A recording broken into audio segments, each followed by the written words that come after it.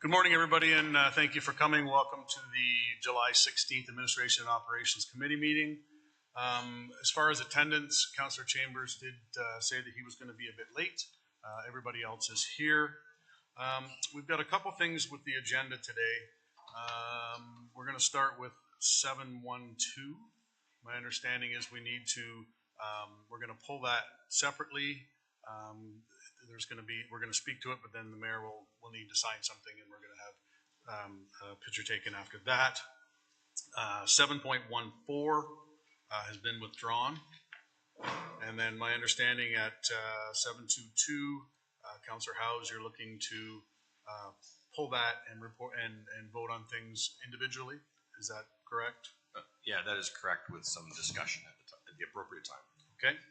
So again, 712 we're pulling, 714 has been withdrawn, and 722 we're going to pull, and they will be voted on separately. And then I believe that's it on there. So does anybody have anything to add to the agenda? Councillor Miller? Yeah, thank you, Mr. Chair. 2 items, please, under other business. Okay. Anybody else have anything to add? Okay, seeing none, approval of the agenda. Mayor Bailey, Councillor Bell, questions? All in favor?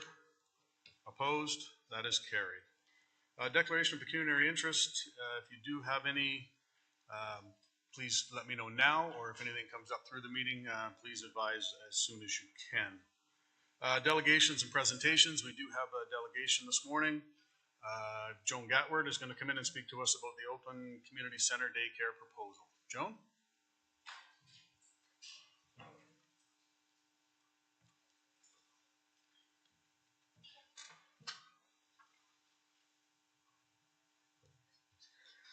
You know how this works, but please state your name, and you have 10 minutes for your presentation. Thank you, Mr. Chair, and I won't take that long. And I have Kelly Gertz with me from our hall committee as well. I'm sure you've all read our letter that was included with my name on the agenda. I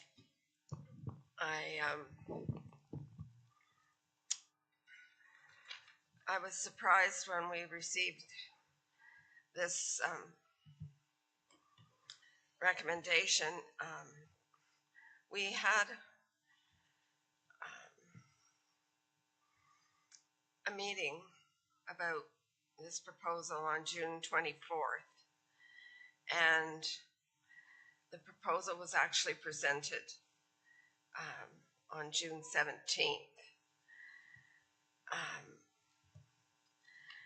I've sent some pictures. The one on the screen, I'm not sure if you're seeing what I'm seeing. That is the front northeast corner of the building. And we're suggesting an alternative to ripping up our hall. And we would lose 30% of our space, which would reduce our capacity for the hall, our rental fees. It would, well, many people have said it would ruin our hall. So we're not, we realize that there's a need for daycare in the county. However, a lot of daycares lease commercial space and set up their organization or operation there. It was mentioned in the presentation to our committee that people traveling through from Norfolk area and so on can drop the kids off here and go into Brantford to work. Well, that doesn't do much for our committee or our community. But if the county deems its location necessary for daycare, this would be the spot to build proper washrooms. If you look at that window, that is the men's washroom right there. They could connect through there, either on the front or the side, and put plumbing through there for their new washrooms. they could also build a proper staff room instead of a temporary staff room, which they plan to put up in the corner of the hall, and you can see that on the plan that was included. The plan shows a staff room between the kitchen and our refreshment bar. And from this diagram, and I realize the measurements are approximate, it was 12 by 17. The area they want to take is 9 by 40 feet long. It's all terrazzo floors. And they would have to jackhammer up that terrazzo floor. And there's pictures of that if Briar could bring up those pictures of the inside of the hall. Oh, sorry.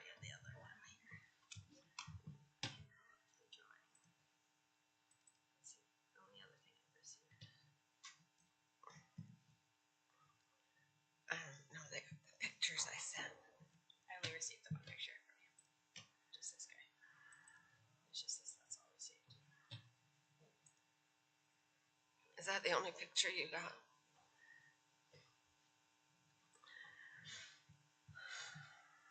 Unfortunately, Briar doesn't have the inside of the hall pictures that were sent, but it shows a terrazzo area which is 40 foot long by 9 foot wide, and that is a section where it shows on the diagram the coat room, the washrooms. Do you have this sketch in front of you?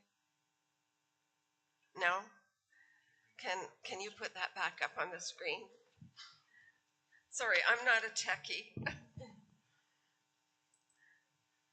Thank you very much. If you look at that diagram, it shows a washroom and it shows a coat room. And the coat room is for the daycare. But that's where we have a coat room for a capacity of 150 people. And we would lose that. And we asked staff, well, where are we going to hang our coats? Well, you could bring in rolling coat racks and boot trays for people to use. Well, are they going to track through the hall to hang up their coats somewhere and put boot trays out? It doesn't make sense. It's not acceptable. I also want to correct on that drawing. Next to the kitchen, it says mechanical. That's our storage area where we put all the chairs, and there's room for other things in there. We had some gym equipment in there, and the Lions had some storage in there.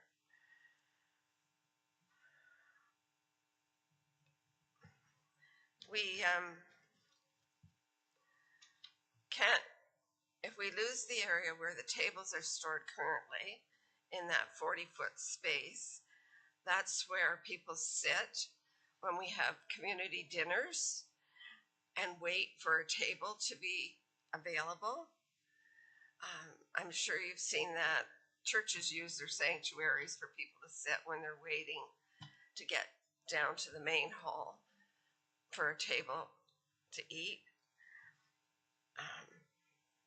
We have different tables, different sizes for different functions. We have card parties, so we need the 4x4 tables. We have the nice plastic longer tables that the county purchased for us that are great for the community dinners. I know the Masons and Lions and firemen have used them. I'm not sure how many we'd be able to seat if you approve this proposal. It would delay reopening our hall. We're almost at the point where we could reopen now. The painting is finished. We've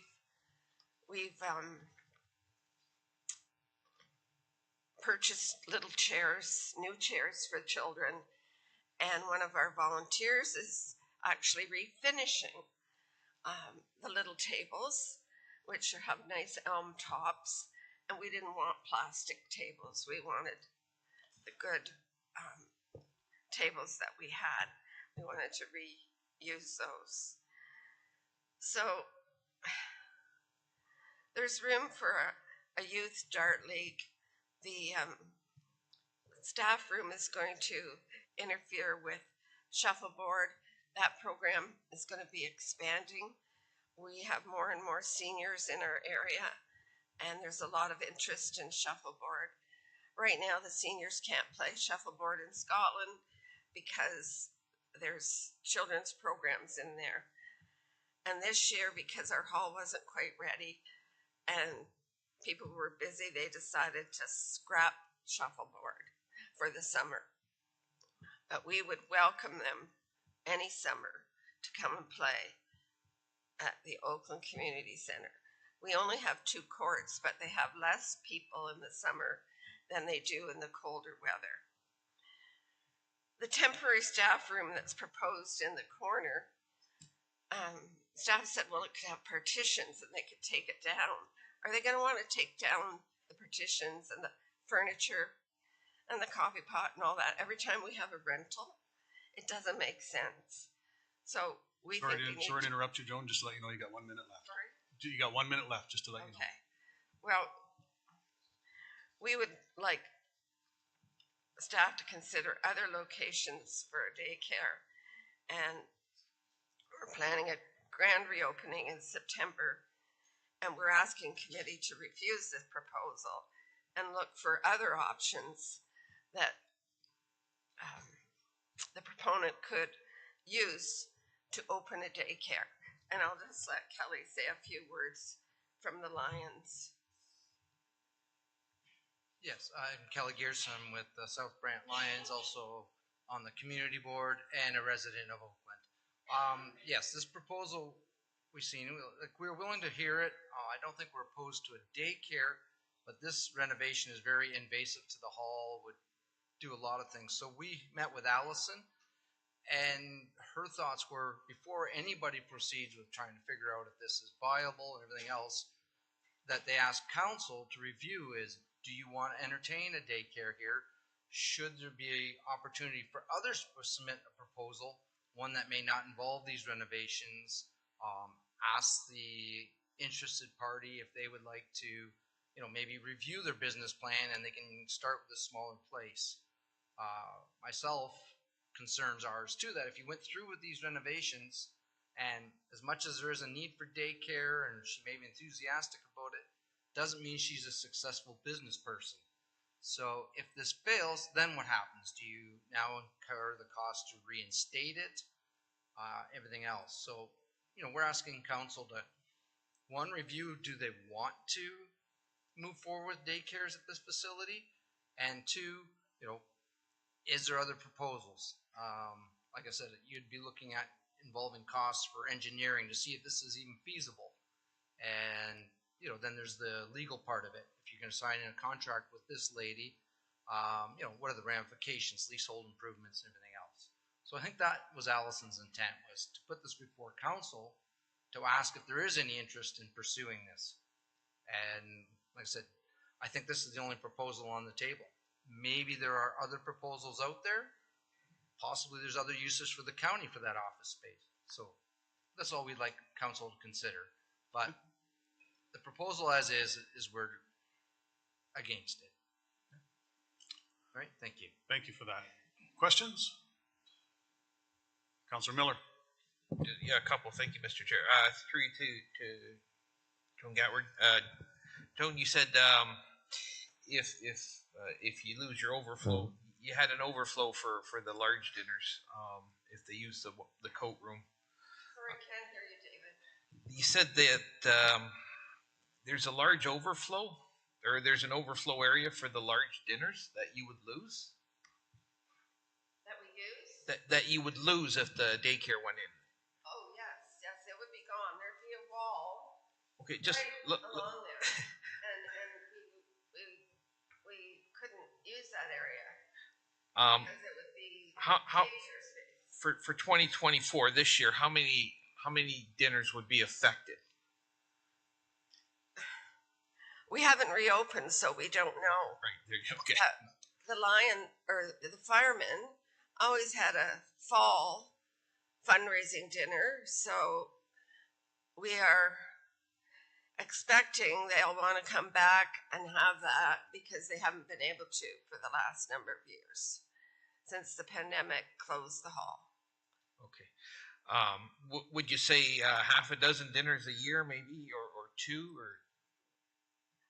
No, I'd say more than that. Okay. And it's just not service groups that have dinners. Okay. And then I think you did. I just want to clarify at the end. I will say that there's a need for daycare in the center. Social services, we hear that every time there's any report on daycare, there's a need for it. But from what I'm hearing from you, is that it's not the modifications. It's you don't want the daycare at the Oakland Community Center. Is that correct? It is the modifications. The modifications that would be made on this plan don't even make sense.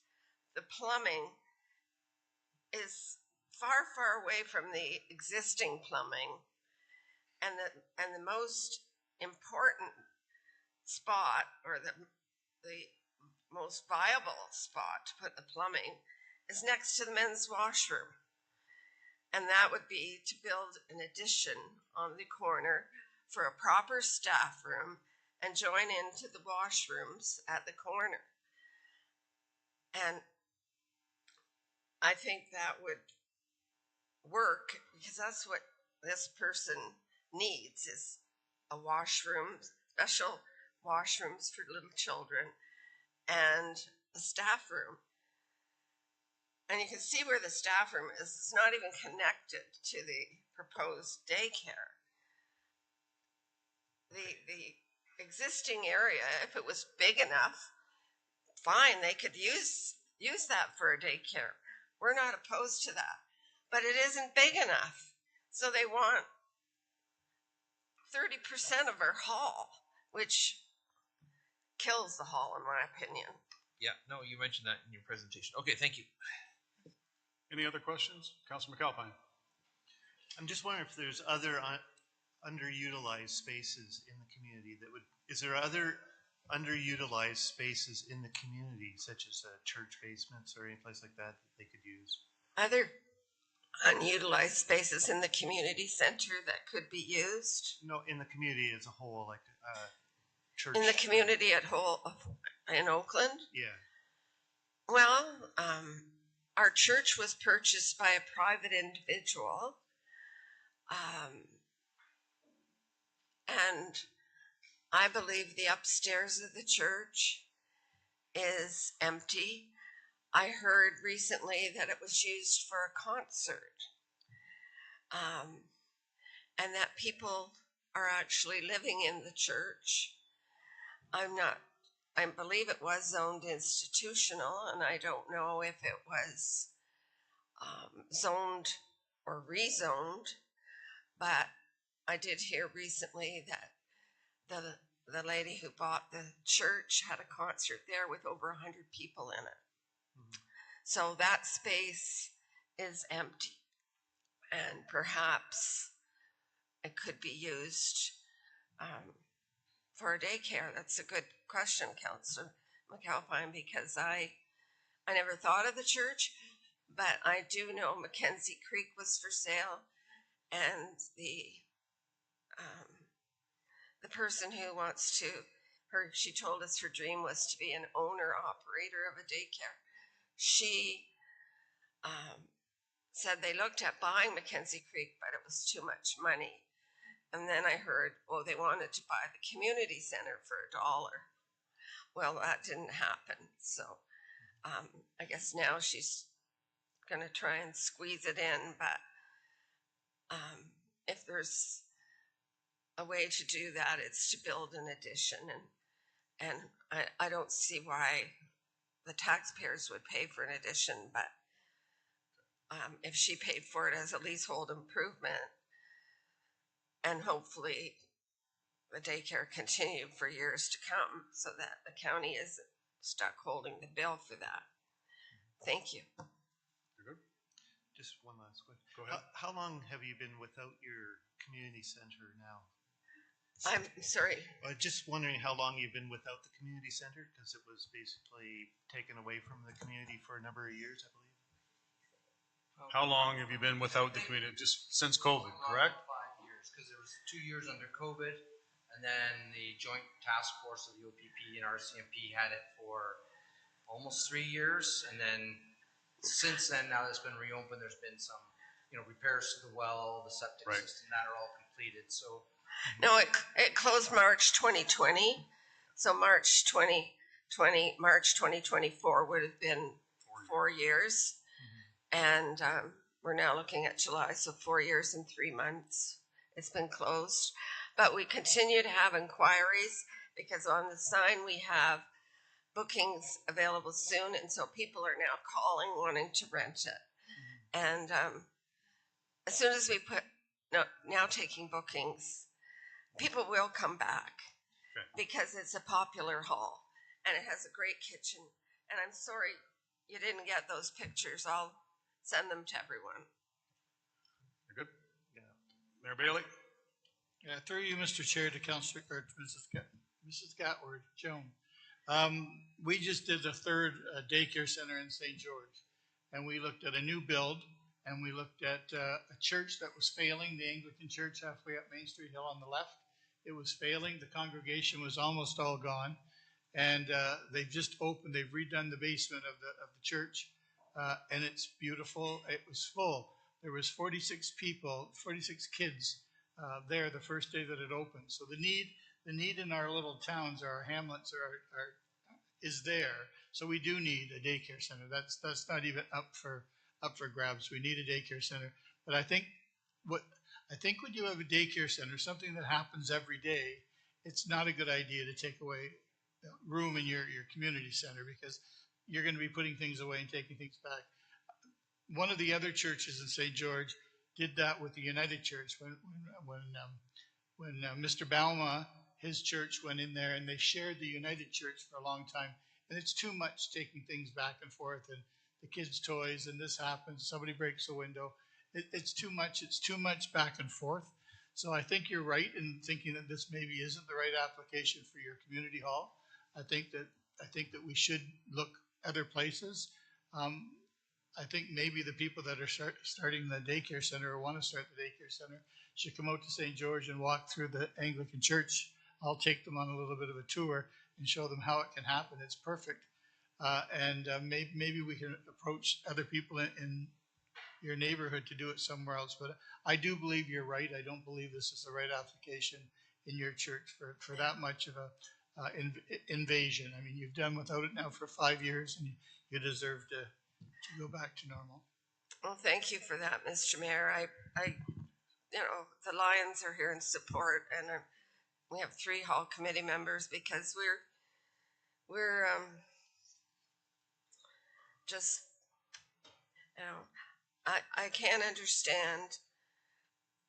I know that the county is paying now more for social services and more than our fair share for childcare services through our social services bill.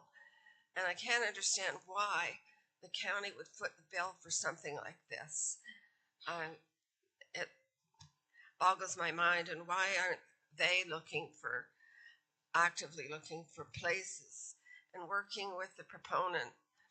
Because maybe she could put something viable in the upstairs of the church, which is empty, and it's now a private place. So it's unfortunate that it doesn't work, but it certainly would work for county staff. The furniture's still there. New desks, they could put 4 to 6 staff in there if they're looking for. I think we're kind of getting a little off track there, Joan. Sorry. We're talking about different things here now. We got to keep on power here. It's in the list. Mr. Chair, through you to Joan. Joan, if the addition that you talked about was built, would that resolve most of the issues? What did he say? if we built an addition on, Yes, would that resolve most of the issues? I believe that'd be a viable option. I think you could probably incorporate something so that the kitchen could be utilized and some of the existing, well and septic system would reduce some of your costs for building something new. So yeah, in addition, I also thought even like, I don't know if there's portables that could be brought in to facilitate this, and then you'd have a couple years where you could say, is the community center being utilized? And, you know, keep track of that, give it an opportunity to get reestablished. Also give time for the daycare to find out, are they a viable business? And then in 2 years or 3 years, you revisit it and say, hey, you know, it's not being rented as a community center. Let's expand it as a daycare. You know, like I said, I'm not an engineer. I think that's when we met with Allison. That's what she said. So it would have to be investigated, and then there's a cost to do that. Okay, thank you. I'll follow it up with staff later. Thank you. Okay. Any other questions? I just will say though, there is lots of room for an addition in the front of the building at that corner or at the side where she wants to put the fenced in yard. There's a ton of space there, and she could have an addition with her proper staff room instead of a temporary staff room. And the washrooms, plumbing can hook up through the men's washroom, which goes right out from there to the septic bed. And And also, So, the community center area is like 6.2 acres. So there is room. okay. All right. So seeing no further questions, thank you very much for your presentation. How does committee want to go forward here? Councillor Coleman? Move to received. Seconder? Councillor Kyle? Any further questions? Seeing none, all in favor?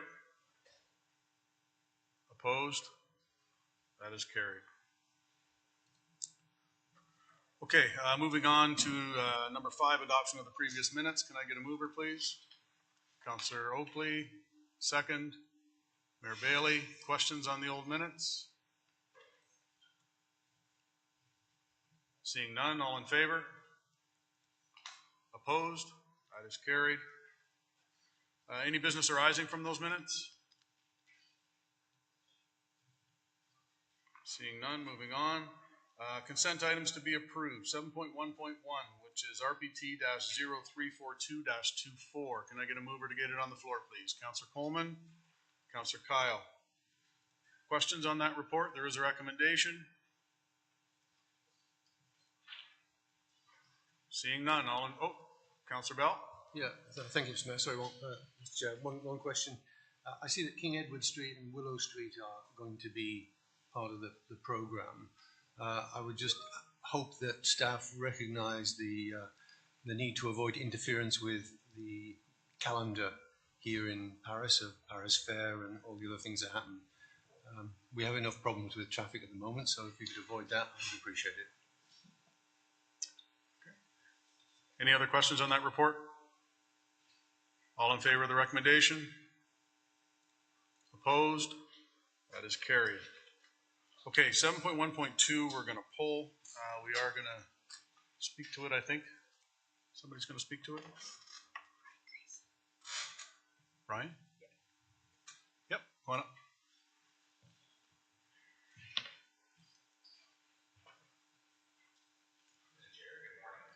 Just make sure that light's on there. Sorry, through the chair, good morning. Thank you for the opportunity to speak to the request for the County of Brant to join the United Nations Educational, Scientific, and Cultural Organization Coalition of Inclusive Municipalities.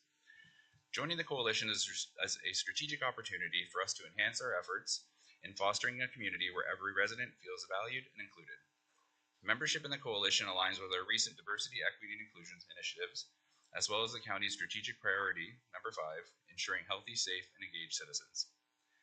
By becoming a member, we gain access to tailored resources and strategies specifically designed to combat racism and foster inclusion. The UNESCO Coalition of Inclusive Municipalities provides a robust platform for collaboration and knowledge sharing with 118 members across cities across Canada, including our neighbors Brantford, Hamilton, and Woodstock. By joining, we'll be able to leverage shared experiences and best practices and enhance our ongoing efforts, like the development of a diversity, equity, and inclusion strategy with Culture Ally. Thank you for your consideration and support as we take this important step together. Following committee discussion, I would like to invite the mayor up to sign the agreement if everyone is in agreement. Any questions? Councillor Miller. Yeah, thank you, Mr. Chair. Through you to Brian. Yeah, I did look at this online. As far as I know, there's no cost to join, correct? Through the chair, no, there's no cost at all. Is there any other cost? Is there reporting requirements or anything like that as far as you're aware? No, through the chair, the only requirements are that we have an open communication dialogue with UNESCO and the member cities. So it's just staffing time would be the only cost. If this was in the report, I wouldn't be asking. So, but what do you see that as far as the amount of staffing time? Through the chair, I think it's going to be variable depending on where we're at with the strategy and what portion, and it really kind of ebbs and flows depending on what's going on in the community.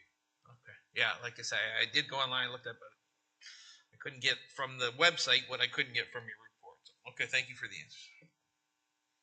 Any other questions on that? Okay, so we're going to, first of all, can I get a mover? Councillor Kyle, seconder, Councillor Oakley. We're going to vote on this prior to the signing of it. Any other questions? All those in favor? Opposed? That is carried. So, Mr. Mayor?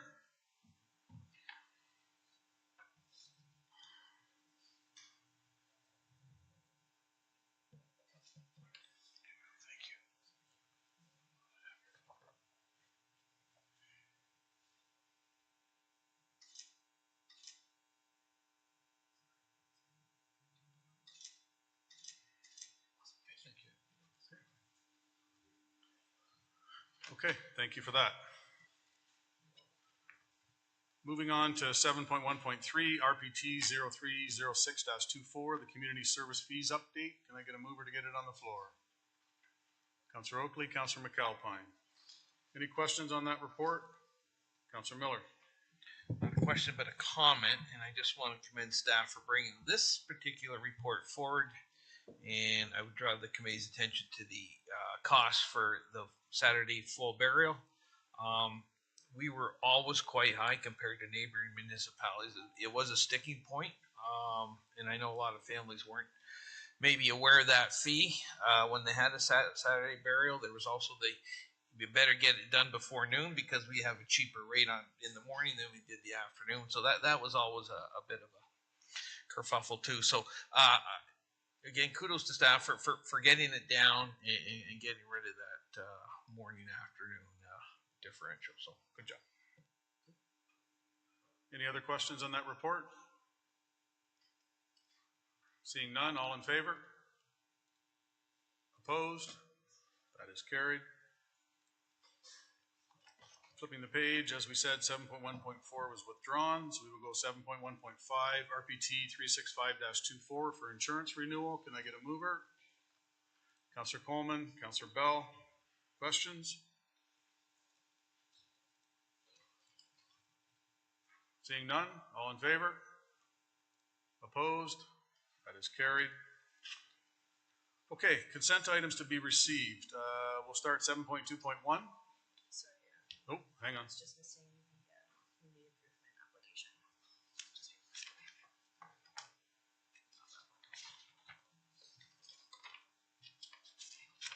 I don't know why I don't have that on here. Okay, my apologies. We've got one more here. 7.1.6, which is on the addendum, the community improvement plan application. Can I get a mover? Councillor Oakley. Councillor Howes. Question on that report? Seeing none, all in favor? Opposed? Mr. Mayor? Mr. Chair, can I just go back to 7.1.5 just to ask Cindy Stevenson whether this insurance also covers the police services board? Cindy? Through the chair. Is this working? No, I'm good. Through the chair. We are still currently working on an insurance solution for the new detachment board. We have had significant communications with Intact. They do think that there is a product close to being available, but it's my understanding that that insurance policy would be separate from the counties. Thank you. Okay. Okay, thank you for that.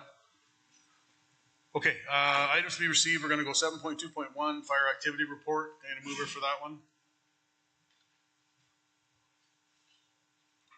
Councilor McAlpine, Councilor Oakley. Questions on the fire report? Okay, seeing none. All in favor? Opposed? That is carried. 7.2.2. Okay, so we've been requested for this to be pulled by Councilor Howes. First of all, can I get a mover to get it on the floor? Councilor Howes, Councilor Bell. So Councilor Howes, you wanted to speak to this first? Thank you, Mr. Chair, through you. Yeah, I appreciate receiving additional information on this. I'm procedurally, I'm a little bit confused because the agenda and the report have us, it sounds like we need to, it sounds like we deferred that the report be received as information and that council directs staff to finalize detailed design and issue tender documents, and that a decision be made on the grant application, three separate things. And the second one, about council directing staff to finalize detailed designs and issue tender documents, I think we crossed that bridge 13 months ago in June of 2023. So my questions right now are specific to the grant application part of this, which is when we were discussing it last month, that's where, when I asked for the deferral on this, that was what I was referring to is the grant application part of it. So I'd like to ask a couple of questions to staff if possible, and then at the appropriate time, make a motion. Go ahead. Okay, thank you. So this report was very helpful. We were operating on a short amount of information last time. We're halfway through 2024. My understanding is that we have an opportunity to apply for a grant this year and apply for a grant next year. We have two projects that are in contenders for these grants, and hopefully one goes 1 year and one goes the next year. My question to staff is, are we aware of, within the mechanism of this grant, are we aware of any pros and cons? Like if we win a grant this year, does that change our chances of winning a grant next year? Or are they looked at completely separately? My other question is, what happens, have to ask the question, what happens if we do apply for the grant to go towards the Bockett Center and new library this year? What happens if that project does not proceed? What happens to the grant, the loan, the whole thing? And then does that have the potential of impacting future grant applications like next year? So those are my questions. Okay. Thank you. We have the people with the answers heading to the podium.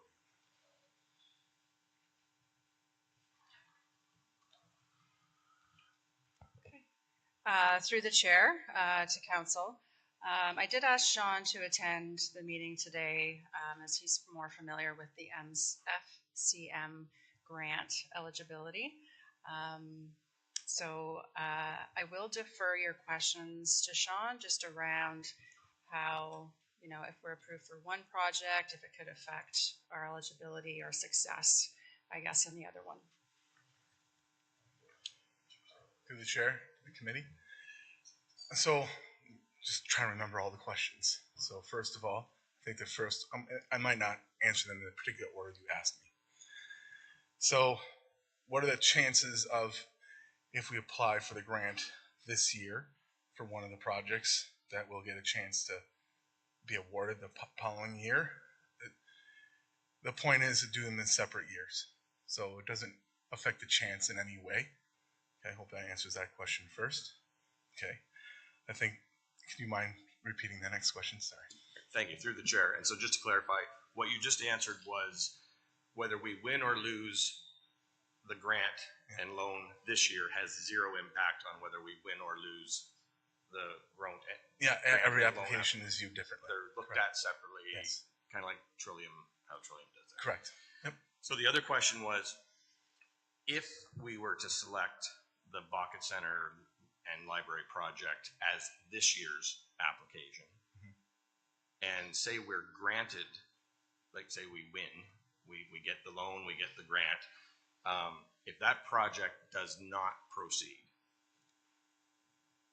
what happens? Like obviously we don't get the money, but what happens, and then does that have any impact on our future applications, or likewise are they just looked at completely separately?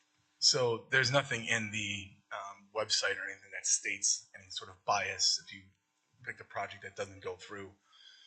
But the FCM are representative. Every question I send to them is by email, just so I can have obviously documentation back for all these questions. And I've asked that, and they said they really prefer that you apply for projects that are approved. So that's hopefully that answers that question. So it's not necessarily yes or no question, but they prefer to have projects that are approved to be submitted. You're good? Okay. Any other questions while we have them at the podium?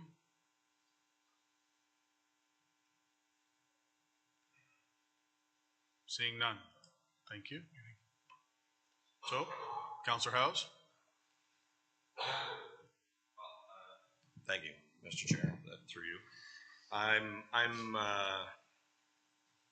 struggling with this. I will put forward a motion just to get the conversation started. And I understand everything that Sean just said. At the same time, I am looking at the opportunity for the FCM funding has a much more significant potential benefit to the Bucket Center and new library project. It's bigger amounts of money,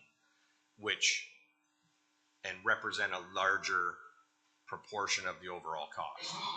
The other thing is that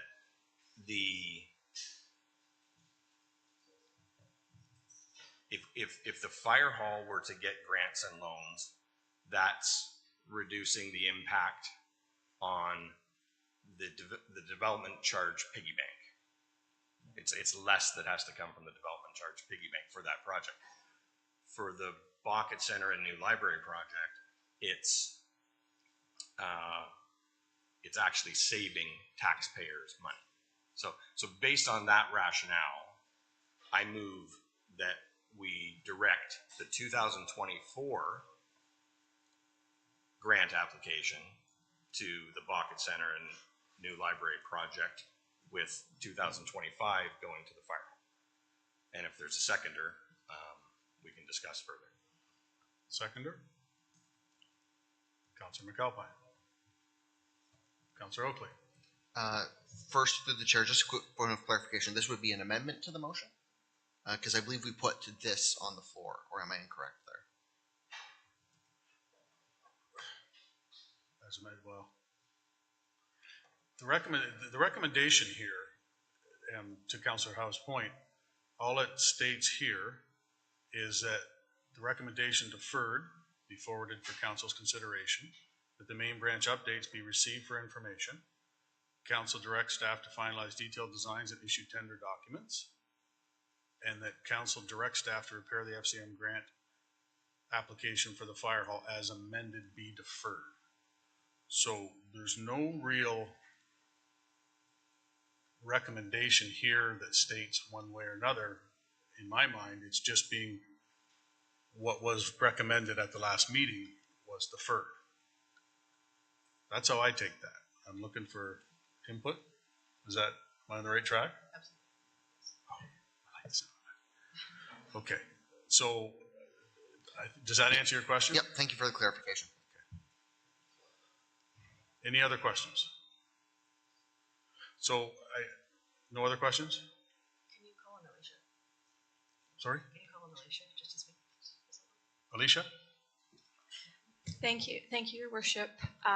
Just through to committee, Anyways, so what I would recommend here, this is a recommendation from administration and operations, went to council, was referred back. It's the recommendation of staff that this recommendation be handled in advance of. So what I would recommend is that this recommendation be moved onto the floor to be dealt with, and then if Councillor House would wish to make an amendment to the last clause, that would be in order.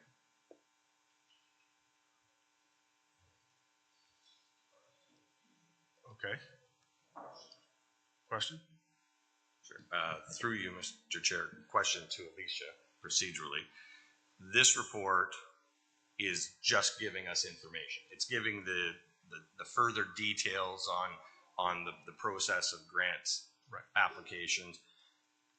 And I think what's needed and where we started from was picking a target for the applications.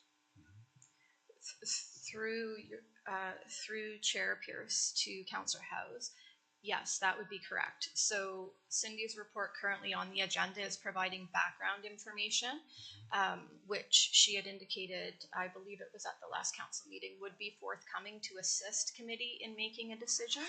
However, previous recommendation from admin and operations was that the grant fund be forwarded to the Paris Fire Hall. So my recommendation would be, if committee's will is that happen in 2024, 2025 be the library, or vice versa, that be done via amendment after this recommendation is moved onto the floor.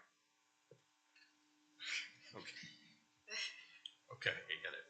I think I've got that now, but we do have a mover and a seconder for this on the floor as is here. So I think we're okay there. And nobody else has any questions? Because I do have one, but I want to go to committee first. Okay, so my question is to the mover of the recommendation, knowing full well what Sean had said in regards to FCM wanting the applications to go through on projects that are approved. Now he didn't say, but when you state that is their wish, I'm afraid that might come back to bite us. Again, whether it's 24 or 25, I think we're still, in the end, our goal is to have this for both. I think it's fair to say to have a grant for both. I'm just worried that if we do put forth for the library Pocket Center and it's not approved, that could be a strike against us, which could impact us getting this for 2024. Where we do have another project that is approved, we could do that for 2024. By 2025, if the library and everything is approved, then we go forward with that. That's my question to the mover. You're still okay to have that on the floor? Yes, I understand what you said. Okay. And I do understand that the FCM has a preference, not a requirement, a preference. Yep. I'm looking at it as we have 2 years and 2 projects.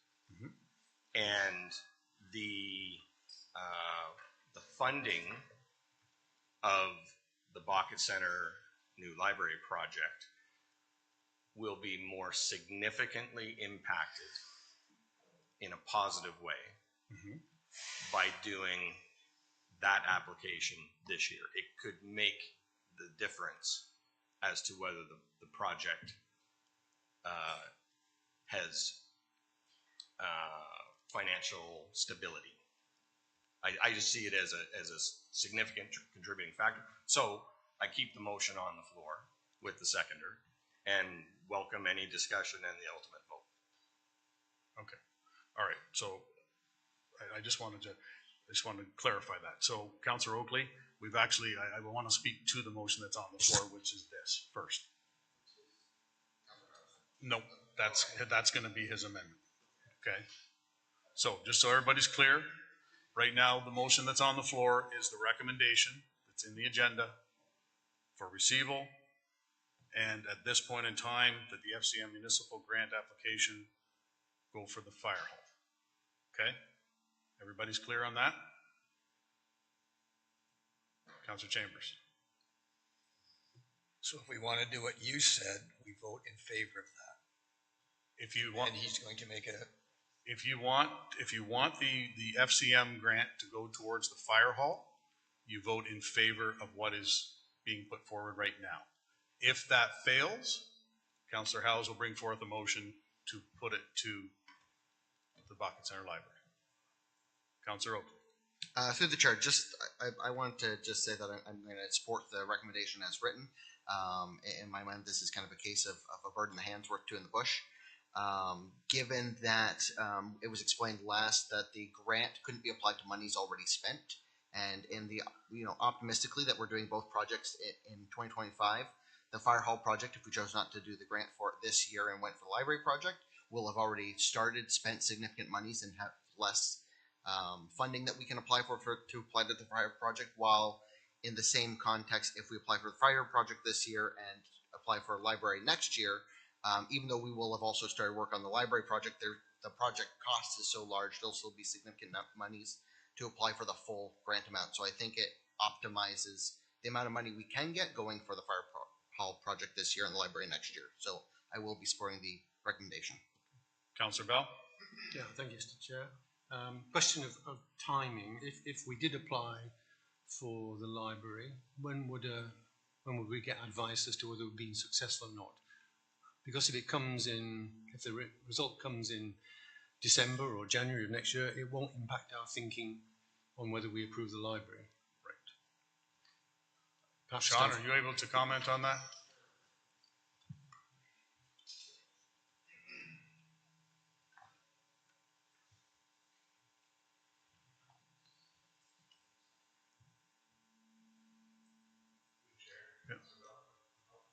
Is this on? Oh, there we go. To the chair, Councillor Bell. So to answer your question, the timing is typically around 6 months to the start of the application. But regarding for the library, we don't have all the information yet needed to start the application yet. Okay, thank you. Okay. Councillor McAlpine. Yeah.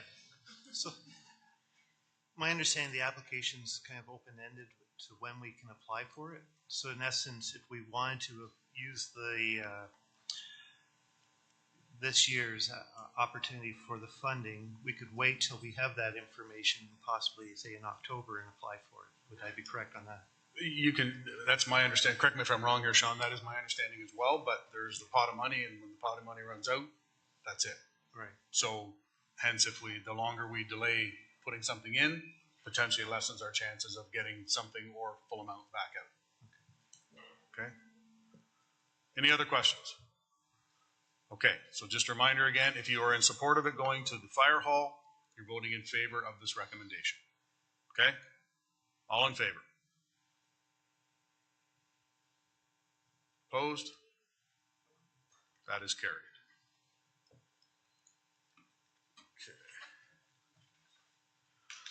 Okay, moving on to staff reports. Development charge update. Can I get a mover to get it on the floor?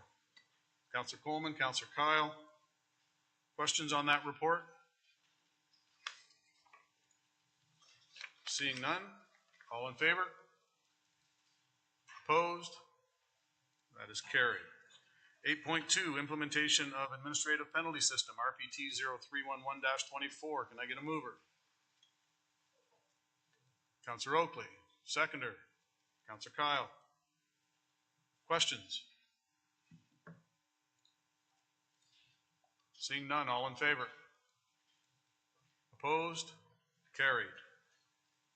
Okay, moving on to 8.3, RPT 0351-24, quarter revision appointment. Can I get a mover? Councillor Coleman. Councillor Kyle. Can I get a volunteer? We got 2 volunteers. So Councillor Coleman, Councillor Garneau, you're both willing to sit on it? Okay. Do we have to get our pieces of paper out to have a vote? Councillor Garneau. I'll withdraw for Councillor Coleman. Okay. That makes that easy. Councillor Coleman. All in favor of Councillor Coleman? Opposed? That is carried. Thank you to both of you for volunteering to do that. Councillor Chambers. Just perhaps depending on timing, and if Councillor Coleman is tied up with their meetings may be the same as ours, or one of his, so that Councillor Garneau would be the alternate. Great idea. You're good with that? Excellent. Okay. 8.4, RPT 0146-24 for the Newport River access. Can I get a mover? Councillor Oakley. Seconder. Councillor Kyle. Questions on that report? Councillor Coleman. Thank you, Mr. Chair, and could we ask staff to comment on this, because I'm a little bit confused by some of the recommendation on where she's looking to go on this, so please. Okay.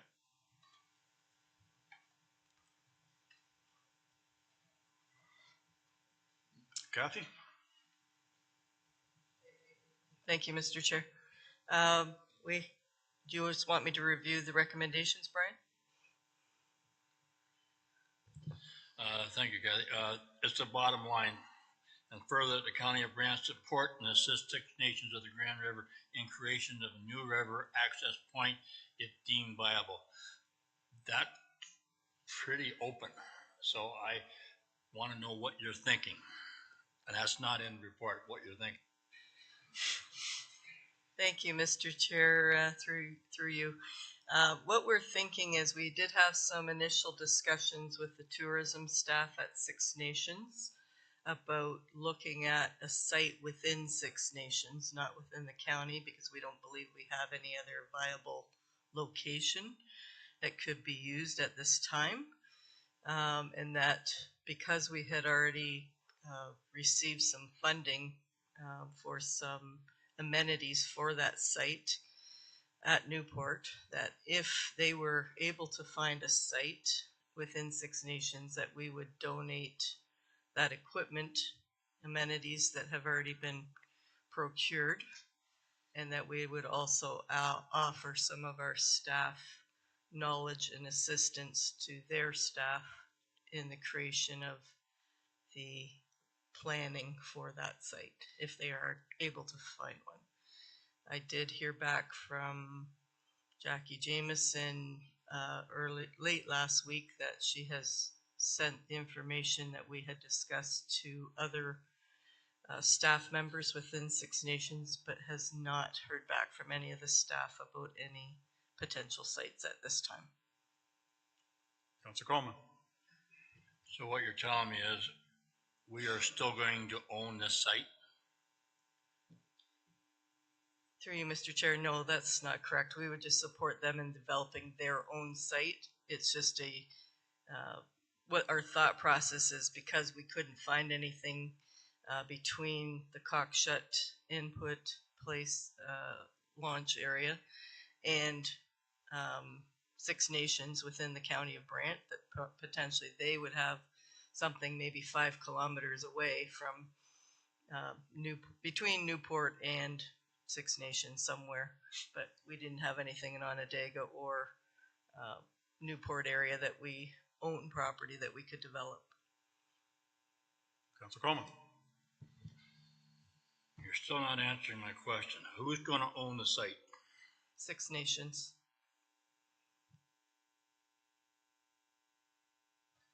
Okay. Any other questions? Councillor Bell, then Councillor McAlpine. Through the chair, can I just add in? So, Councillor Coleman, are you asking the current site that Newport site? So right now, we still own the site, and we would work with our solicitor to see if there is an opportunity to sell the site, but I'm sure that it will be limited opportunity based on the findings. Yeah, my apologies, I misunderstood that question. Stand by, Councillor Bell. Councillor Coleman, you want to speak back to that? Okay, Councillor Bell. Yeah, thank you, Mr. Chair. Through you to Kathy. Kathy, in your report, in next steps, you say we're continually improving river access. Then something that was new to me, you said a new accessible river access point will be created in the Paris Grand subdivision. Can you say more about that? Certainly, through you, Mr. Chair.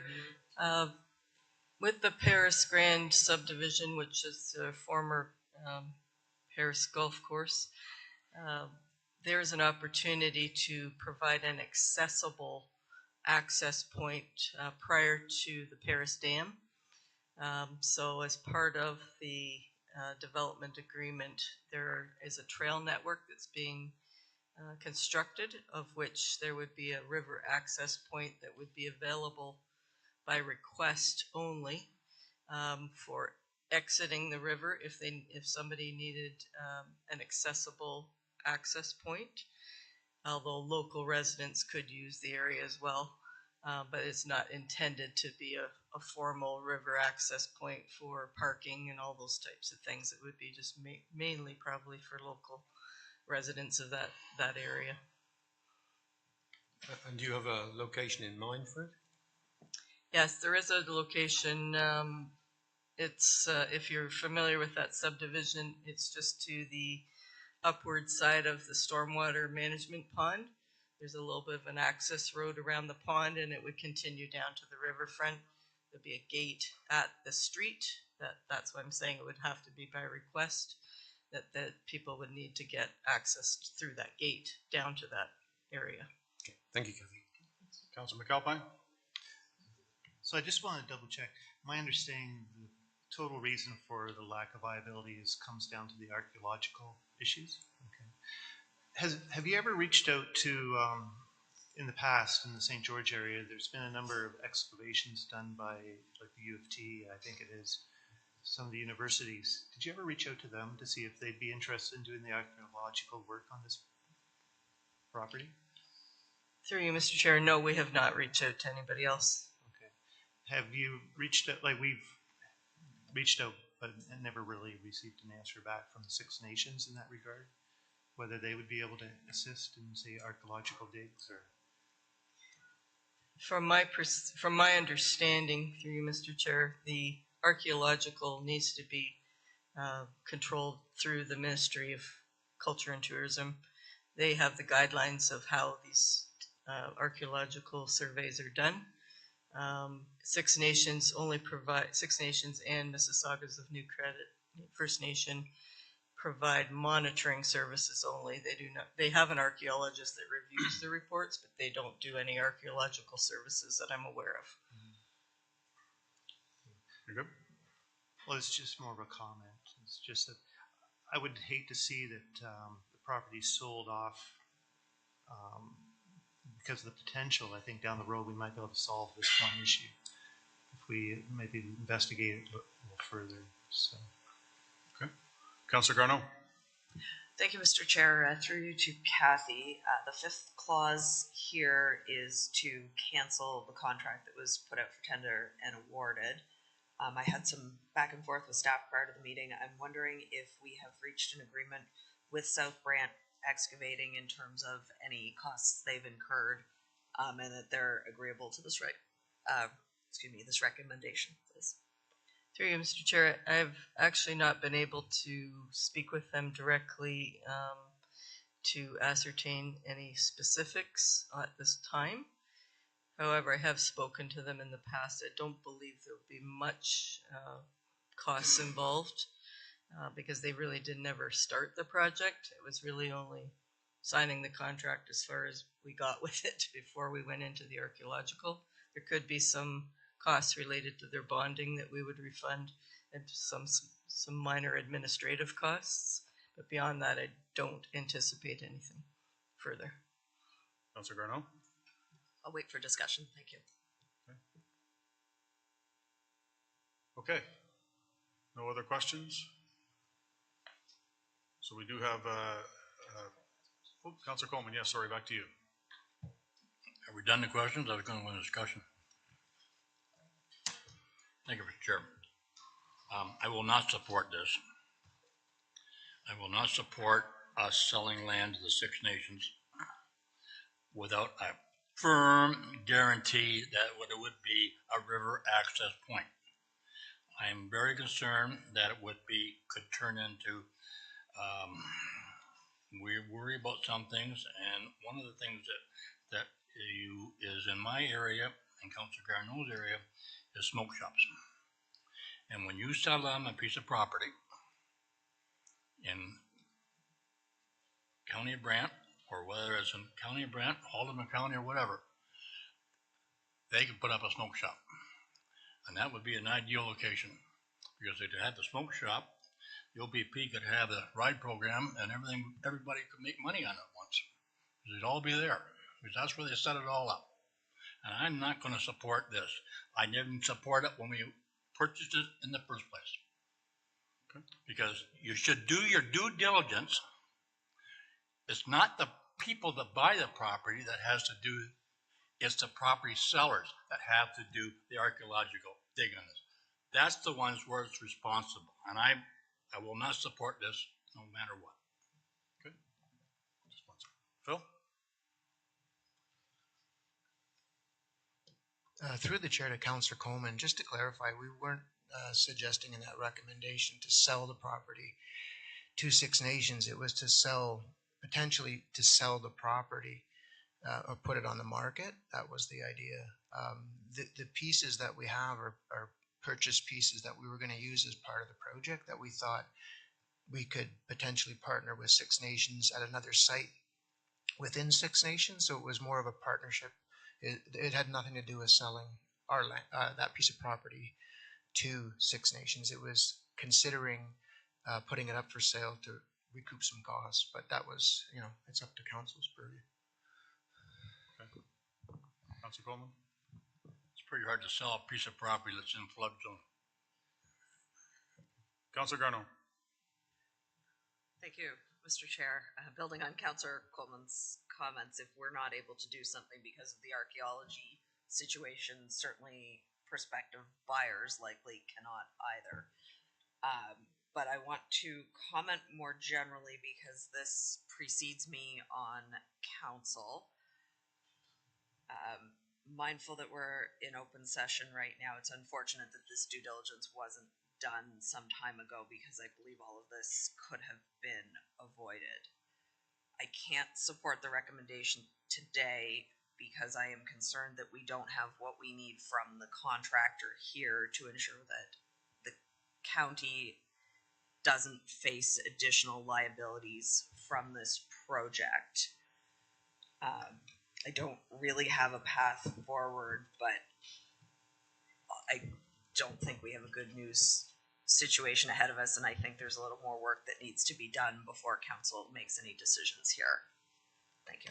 Okay. Any other comments? Councillor Chambers?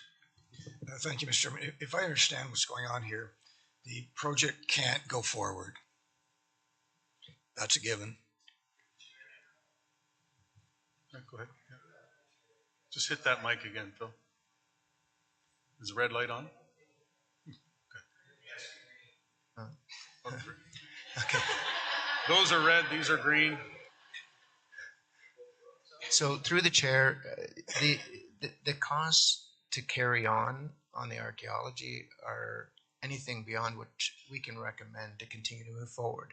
And I agree with, the concerns from council about, it's very unlikely that there's another person out there that's going to buy the property because it's very limited. We looked at all that.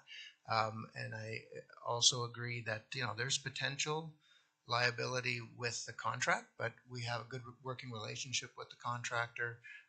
Our discussions that we had when we were putting the report together, we didn't anticipate anything other than what would be fair to the contractor to cover those costs that they would have experienced up front. So I'm sure that we can work through with the contractor a negotiation that makes sense and what's fair to them and to the taxpayers of the County of Brant. Yeah, thank you. So then, Mr. Chairman, Mr. Chairman, what the recommendation, the resolution needs is a whereas clause, whereas the reason for, you just said, and be resolved that the Newport River Access Project not proceed or be canceled, same thing. And since that, then we return the money that we got and we cancel the contract with South Brant and we look for further options. That's what the recommendation is saying, and I don't have a problem with that. But if we're not going to proceed because of what you just said, which makes total sense, and I think everybody would agree with that, then if that's in the recommendation, then I would support it, because if we're not going to proceed, then we've got to do something. And if we're not going to do the thing that the recommendation suggests, then what the hell are we going to do? Nothing, and that's not an option. So Through the chair, if I could just add one thing, we did look at other options, and I want to commend staff from both my group and operations, because they looked at a lot of alternatives and worked very hard to come up with an alternate. And we ran into similar problems with the alternates. So we didn't put all that into the report, but there was an extensive amount of work to try and keep this project alive. And I just want to let you know that. I guess what I'm getting at, Mr. Chairman, is if you vote against the recommendation, what then? Councilor Miller, you got something? Yeah, no, I'm listening to my colleagues from Ward 5, and I appreciate their concerns, and especially the one about, you know, what do we do with this land? But in the recommendation, you're saying you're going to look at the viability of the sale and come back and report back to council, correct? Through the chair, that's correct. So there's still a possibility, but yeah. I mean, there's such limited things that could happen. Maybe somebody just wants to own the property. But I'm glad to see that recommendation, because that I think that needs to be looked at a little more in depth, and that's what you're asking for in the recommendation. Okay, thank you.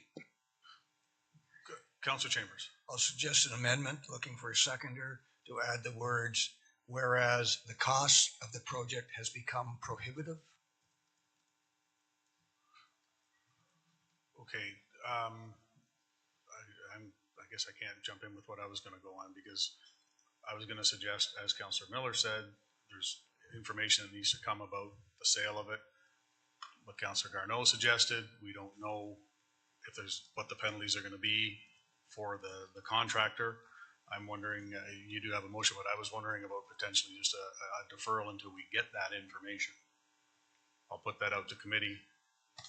Actually, I'm not sure if I'm able, well, we weren't voted on, so.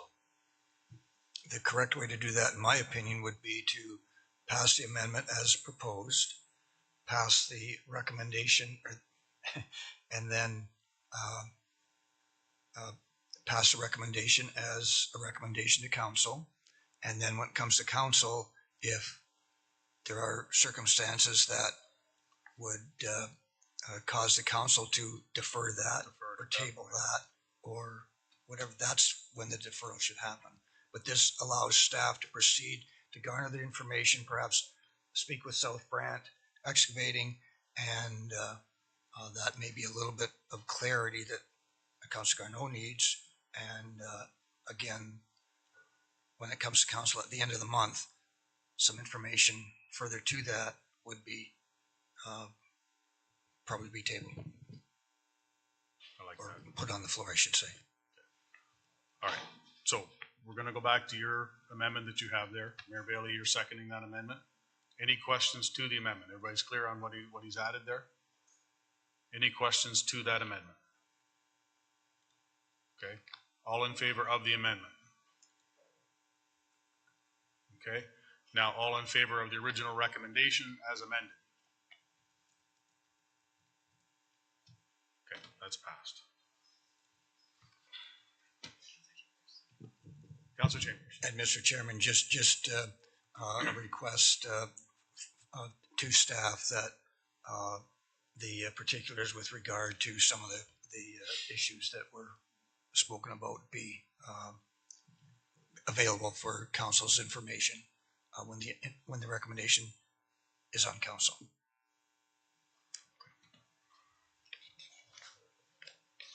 Okay, thank you for that, committee. Moving on to 8.5, RPT 0375-24, Oakland Community Center potential tenant. Can I get a mover to get it on the floor? Councilor Oakley, Councilor Kyle. Questions? Councilor Chambers, then Councilor Bell. The recommendation is essentially giving staff the direction to hire a consultant to prepare the renovated floor plan acceptable. I'm just wondering if, after hearing the delegation earlier, I'm not sure that a renovated floor plan will be acceptable in any circumstance. So I'm a little reluctant to give carte blanche authority to hire a consultant to do something that may eventually be moot and the expenses been incurred by the county. If the recommendation is such that an addition to the community center be considered, recognizing that the cost associated with that should not be borne by the county. I don't have a problem with that. But recognizing that we need childcare spaces and recognizing that the community needs a community center that is practical and available to them to use. I would agree with what the mayor said during the delegation. And so I think this recommendation should be tabled until such time as more communication and consultation and discussion occurs between staff, the community center management group, and the I'll call it the applicant before it moves forward. Okay.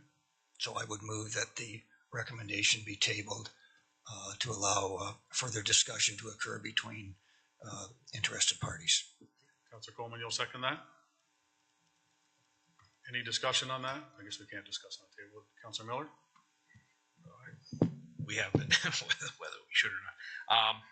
The bottom line of the report, if a mutually satisfactory agreement is reached, new child care spaces may be available within 6 to 8 months. So that's if everything goes well. When we tabled, obviously it's not 6 to 8 months, it will be extended. My question, should we put a time on that tabling? Councillor Chambers, did you have something in mind for that? That would depend on the nature of the discussions and the timing of discussions. And if I say 1 month or 2 months or 3 months, it would be maybe presumptuous. Maybe staff can give some indication of what the time frame would be. Well, I think 1 cycle is too short, but well, we don't meet in August anyway, so it'll be mid-September if we bring it back to this. I thought everybody took August off. What are we gonna? Do we work in August or do we just take it off? Maybe staff has a suggestion on the timing. Through the chair to Councillor Chambers, as this discussion was coming forward, I thought that that September would be a time that we could bring more information back to council as to where this direction this might go and whether there's some interim and long-term steps that we could take here to get to where we need to be.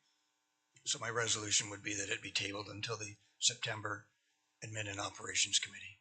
Okay. You're still good with that? Okay. Councillor Garneau?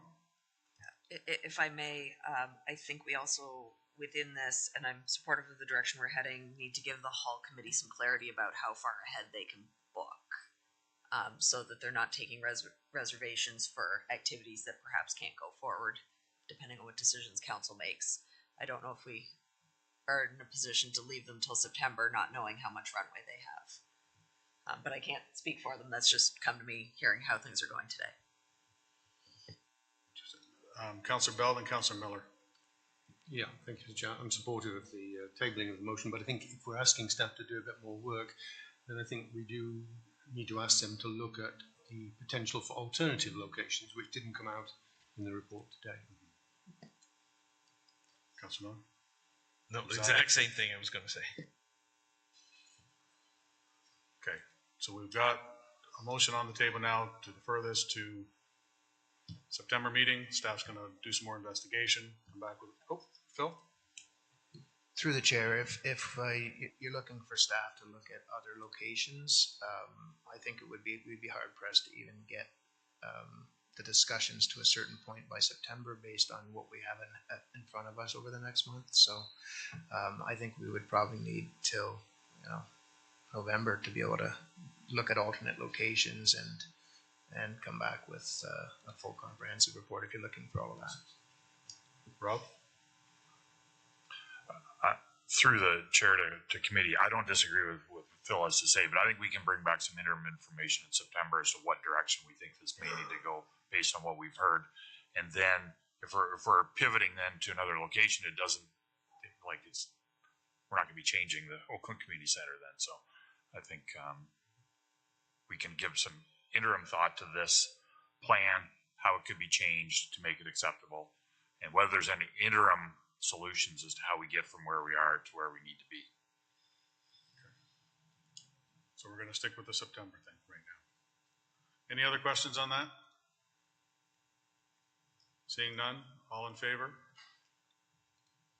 Opposed? That is carried. Okay, 8.6, RPT 0347-24, the 2023 surplus. Can I get somebody to get it on the floor, please? Councillor Bell, Councillor Oakley. Questions on that? Councillor Chambers? Just a comment about the surplus itself. And again, another year has passed and we end up with a surplus as we historically always tend to do. And the comment that I would make is that on the scope of our budget in its entirety, having a surplus in that neighborhood shows two things. First of all, it shows that staff are cognizant of the fact that we don't like going beyond the budget, and it shows that the budgeting process is fairly good, and it shows that the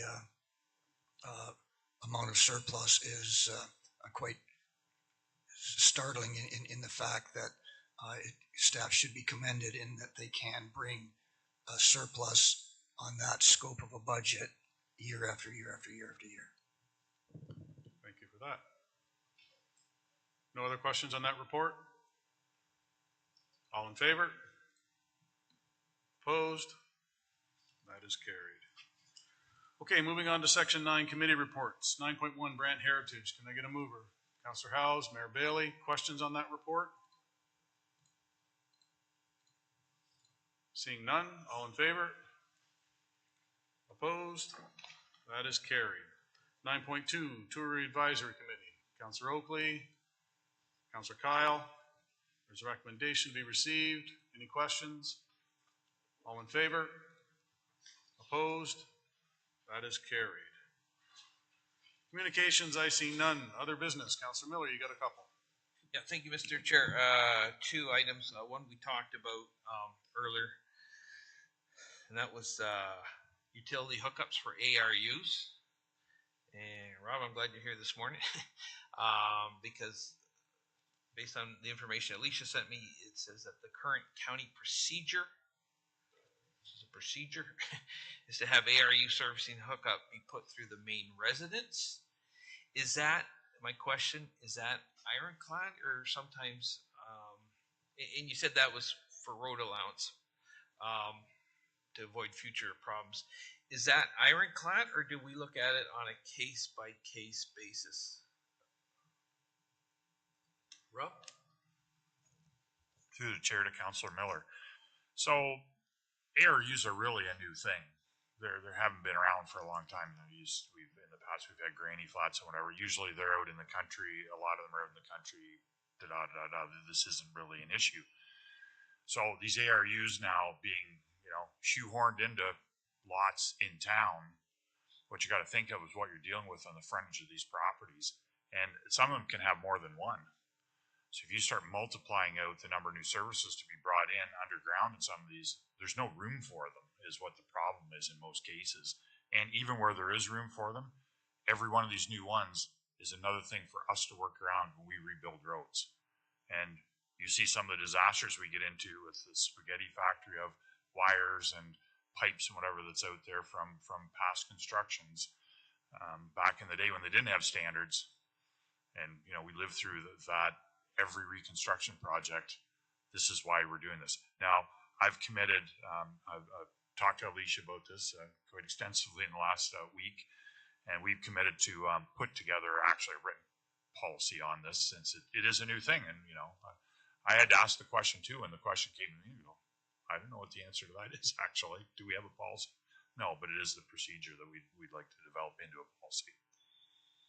And that's not to say that there couldn't be the odd one come forward. You would have an exemption for some unknown reason. There is lots of frontage that makes sense to do it. It could be a future something else, whatever. And that would be written into the policy if we got into it. But generally the answer to this would be no, we want to see it serviced through the existing. And it's the same for water and wastewater services. You know, we did get into that quite a little bit when we did in the last few years when we did the new water meter project and whatever, and where we had to make changes and whatever, and we did stick to that one water meter per property. And for every reason, I can give you 10 reasons why that's a great idea. We don't have time to talk about that right now, but I think we need to put this into an actual written policy so that we can show people why we're doing that. Okay, and I appreciate the policy coming forward. Obviously, that's going to be a while.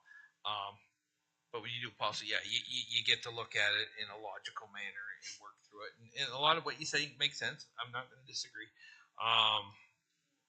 You know, when somebody calls, I like to find out, well, this is what our practice is. Why is that our practice? And that was answered by you and Alicia. As far as road allowance, but what about an overhead wire there's already a wire? Would you see an issue with that? Something like that? Through the chair to Councillor Miller, it's the same thing. Like, you know, in most urban areas, we're trying to get rid of as many of those overhead wires and services as we can and have them buried, because every one of them is more things that are overhead, more chance for things to happen, more chance for them to be clipped. Funny enough, my residence out in the middle of the country in the last 3 years, I've had it actually taken down twice. One night I was 10 o'clock at night, I'm watching TV, and all of a sudden there's a big spark out on the road, and I'm like, what the heck's going on here? And somebody with a big piece of farm equipment had it up too high, and it went away. So overhead, it's the same thing really. It's just, it isn't buried. Okay. Miller? Thank you. You got, that's both your questions? Okay. Councillor Chambers? Okay. Councillor Chambers? With that manner, what prompted the questions is a ratepayer is being confronted with having to put they have had the approval for the RU, and in order for them to go through the existing services, it is very cost and almost cost prohibitive compared to the separate services for the ARU in terms of electricity and in terms of natural gas. It's in an area that isn't serviced with water and wastewater.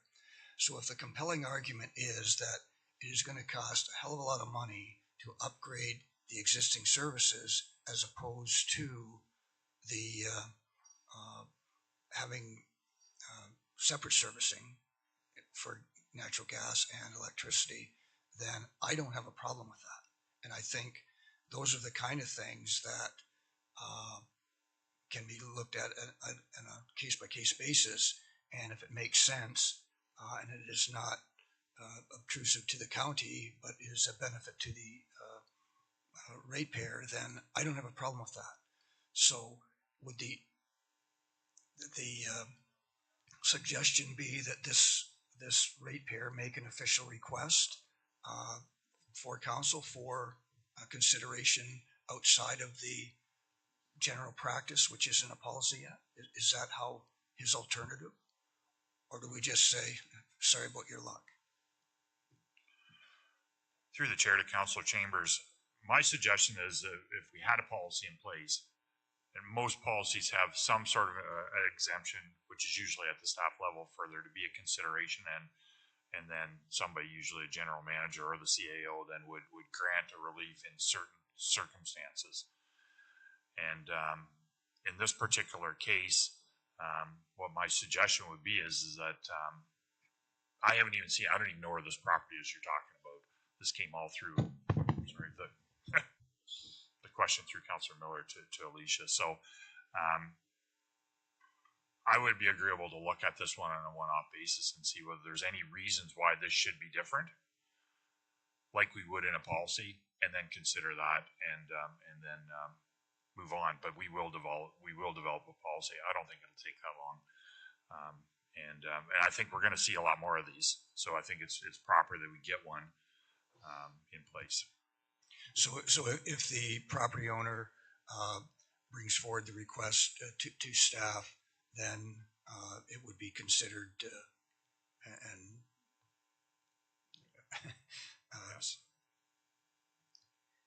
and if staff says no and he brings it to council, then would be his fallback position. And either Councillor Miller or myself will direct the repair to do just that. Okay. Direct him to General Manager Walton. Councillor Miller, your second one? Yes, thank you, Mr. Chair. It's regarding, it's interesting, we had a report on parking today, no parking offenses and whatnot, and this is on for Park Ave in Burford. And we've all learned a lot through this last term of council about parking and not parking on the boulevard and all that good stuff. Yeah, the boulevard, where else? Anyway, so the residents on Park Ave, they live on the west side, and some of them were parking overnight on the east side, which is against the agricultural society property, the fairgrounds there. And they were warned that if they continued to park there, they would be ticketed, which I thought was really good for bylaw to warn them. So I think a few of them complied, a couple didn't. They got the $25 ticket. The ticket's not the issue, because the very next day, that after they were ticketed, that boulevard is filled with cars parked there. This was for the county employee event, and of course, those cars weren't ticketed. You know, then there was another function there a couple weeks later. It was the fish fry, and there was the boulevard is full with cars parked there. Of course, they're not ticketed. Some stayed overnight. I think that's why the residents were initially fined, because they were there overnight. My question is, how do we be consistent? If places, if it's a no parking, why is it okay to ticket somebody one time, but then the very next day, have somebody else park there, they're not ticketed? And I don't know how to fix that problem, which is why I'm bringing it up today. In the fairgrounds, I think is a bit of a special situation, because for events, I don't think the fairgrounds would want to lose that as parking. They've used it for decades. I don't think they would want to lose that. And I don't know, is that something that would be incumbent maybe on the fairgrounds to kind of maybe sign that parking for special events only, or something to that effect, or would they work with staff to get something there? But I think that's the big beef of the residents that were ticketed, is that it seems very arbitrary, and at the same time, maybe some signage could clear that up. So, and any help on that would be appreciated from anybody. Okay. Anybody? Yeah, come on up, sir. Amen. Yep.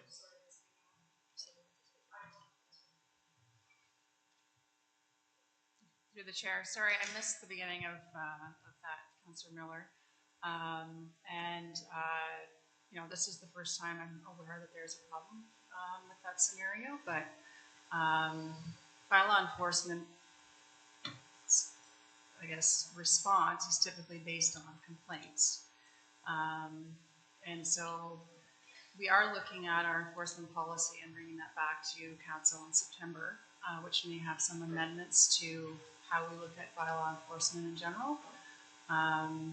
but specific to the concern you raised, I think we'll have to do a little bit more investigation around what's allowed, what's not allowed, and to your comment about it, you know, looking like it's enforced arbitrarily, there could be some circumstances around that. So I think if you leave it with staff, we can investigate it further and report back.